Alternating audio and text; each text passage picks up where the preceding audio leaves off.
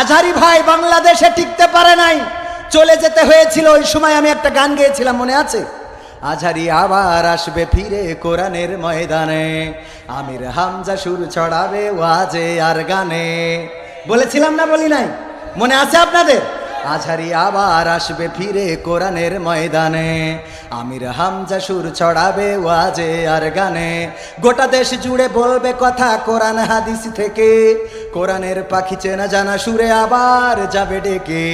আসবে রে সেই দিন, আবার আসবে রে সেই দিন, আসবে রে সেই দিন, আবার আসবে রে সেই দিন।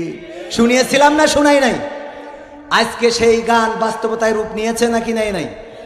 গোটা বাংলাদেশে আবার কোরআনের পাখি মিজানুর রহমান আজহারি ভাই ফিরে এসেছেন। আবার আমির হামজা ভাই সুর ছড়াচ্ছেন, ওয়াজ করছেন, সঙ্গীত দিয়ে বাংলাদেশের মুমিনের হৃদয়কে উদ্বেলিত